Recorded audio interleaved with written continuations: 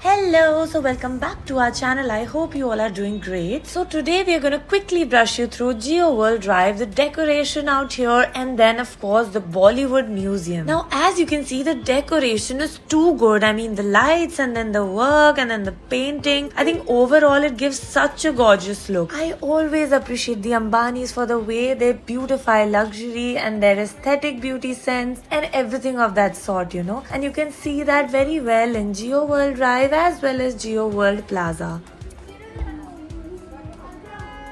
And then inside the mall also, it's very elegantly decorated, not just some random overdo of, shimmery and gaudy stuff.